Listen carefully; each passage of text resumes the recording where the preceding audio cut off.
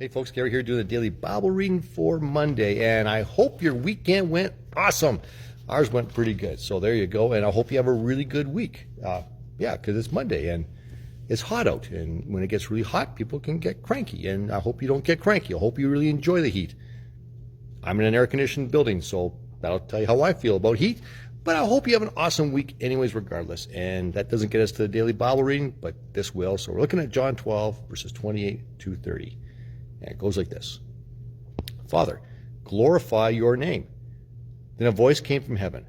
I have glorified it, and I will glorify it again. The crowd that stood there and heard it said that it had thundered. That's what it was. That's the noise we heard. It was thunder, right? Others said, an angel has spoken to him. And Jesus answered, this voice has come for your sake, not mine. So, God speaks out, right? The Father speaks to the Son, and people take that as thunder. That's what it's got to be. It's got to be thunder. It couldn't be God speaking to him, and others say it was an angel. This is not the first time that God has done this. Why?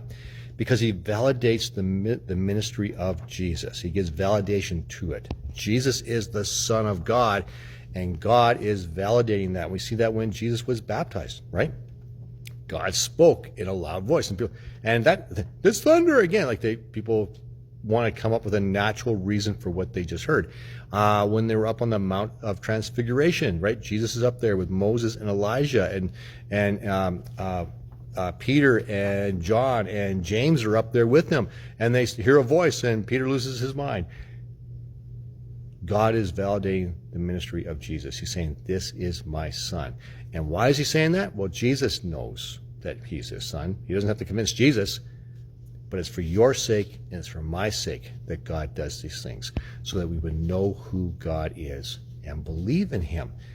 A lot of times we will take things that happen that are supernatural and try to come up with some kind of natural explanation to it that really doesn't work. But for whatever reason, we do that. When God is poking us and saying, hey, I'm here. I'm very real. Pay attention to what's going on. So when things seem really crazy and wild, pay attention to what God is saying and who he is. There you go. Daily Bible reading for today. Have a great week.